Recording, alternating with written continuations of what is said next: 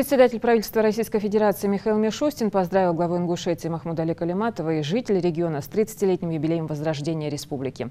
В тексте телеграммы говорится: Поздравляю вас со знаменательной датой 30-летием Республики Ингушетия. 4 июня 1992 года была образована Ингушская республика в составе Российской Федерации. Этот день вошел в историю, положил начало преобразованиям в экономике и социальной сфере. За эти десятилетия пройден большой путь. Многое сделано для современного развития республики, укрепления ее промышленного и сельскохозяйственного потенциала. Сегодня в Ингушетии создаются новые точки экономического роста и механизмы поддержки инвесторов, развивается аграрный комплекс и текстильное производство, туризм. Ведется активная деятельность по сохранению историко-культурного наследия, родного языка, традиций и обычаев. Все это результат таланта, энергии и трудолюбия людей, которые живут в республике. Желаю вам дальнейших успехов и достижений, удачи и благополучия.